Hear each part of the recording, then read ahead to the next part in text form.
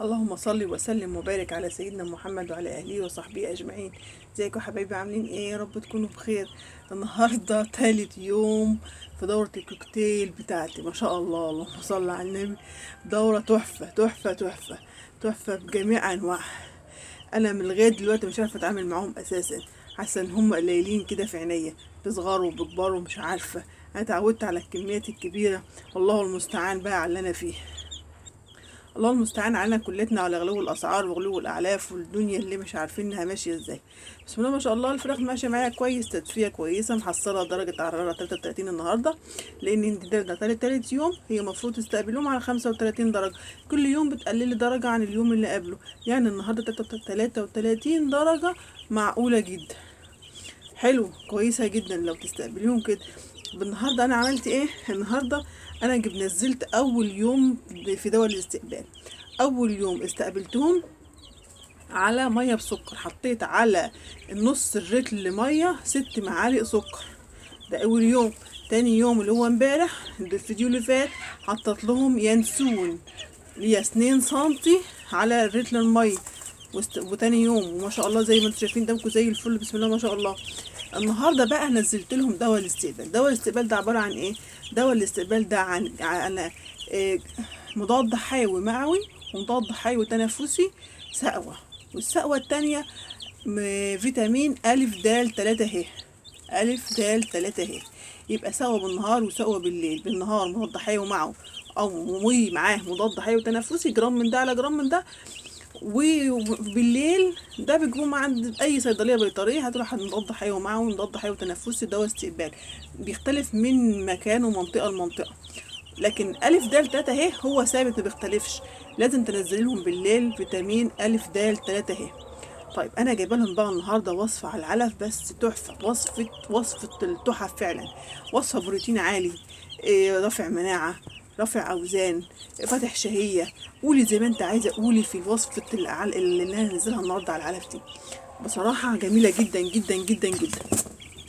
اولا بتحول معاك الاوزان من اول يوم، يبقى في زياده اوزان من اول يوم. مضاد حيوي، هي اساسا مضاد حيوي، فيها مكون مضاد حيوي. والمكون الثاني فيتامينات، بروتين عالي جدا جدا. يعني انت لو عندك علف 24 مش ضروري تنزليه، لان هي اصلا بروتينها عالي. لكن لو بتستعملي علف زي كده 23%، نزليها، لانها بروتينها عالي جدا جدا جدا جدا. زي ما احنا بناكل كده الفراخ واللحوم، بروتين عشان بتعوضي جسمك طبعا، هو زيها بالظبط. ايه هو بقى؟ اهي،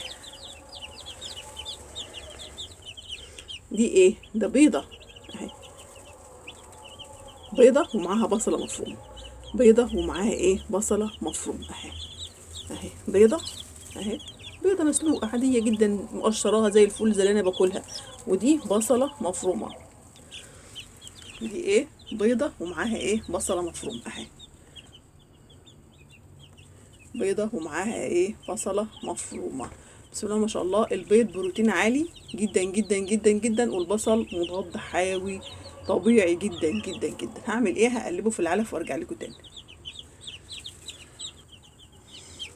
اهو زي ما حضراتكم شايفين، حطيتهم على العلف، بصله مفرومه وبيضه اهي. بيضه، شوف الصفار بتاعها، يعني بيضه جميله ما شاء الله. البيضه ب2 جنيه ونص النهارده، يعني شوفي انا مش مستخسره فيكم اي حاجه، ده انا باكلكم بيض من الغالي اهو. المفروض بقى تجيبوا لي اوزان عاليه. بسم الله ما شاء الله، اللهم صل على النبي. بيضه تاكلهم البيضه، يعني يا سلام، من جميل جدا لو تقعد تاكلهم كل يوم بيضه لمده 7 ايام، تبقى تحفه. لو متوفره عندك اعمليها، مش متوفره كفايه عليهم 3 ايام بس، اديهم كل 3 ايام، لمده 3 ايام كل يوم بيضه.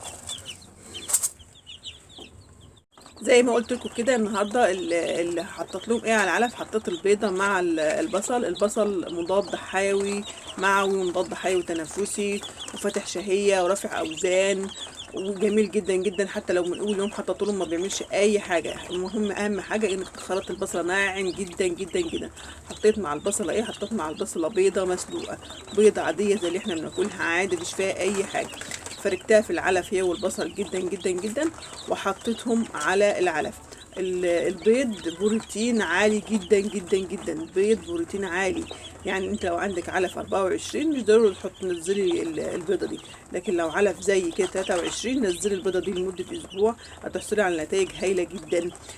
اولا بتساعد الفرخ ان هو وزنه يزيد، بتساعد طبعا رفع مناعه قوي جدا جدا، وبتفتح شهيتهم على الاكل، بتخليهم ياكلوا اكتر، وطبعا ياكلوا اكتر طبعا وزنهم هيزيد اكتر، وفي تحويل من اول يوم معاكي زي ما حضراتكم شايفين كده. اولا هم شموا، هم مش جعانين ولا حاجه على فكره، انا ما جوعتش لسه. لازم الاكل يفضل قدامهم لمده على الاقل 15 يوم، ما تجوعيش نهائيا، يبقى الاكل قدامهم ليل ونهار مع تظبيط الحراره وتظبيط التهويه. اول اسبوع مفيش تهويه نهائيا، تبدا تاني اسبوع تبداي تهوي شويه شويه.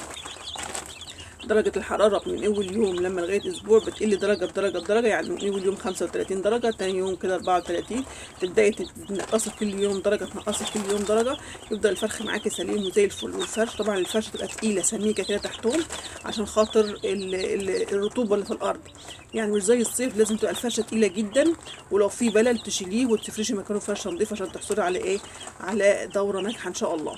يا جماعة تعملوا لايك للفيديو لو استفدتوا بربع استفادة من الفيديو، تعملوا لايك للفيديو، تشتركوا في القناة وتفعلوا زر الجرس وتكتبوا لنا كومنت حلو تشجعونا ان شاء الله، وتشجعونا ان شاء الله على كل ما هو جديد ان شاء الله. السلام عليكم ورحمة الله وبركاته.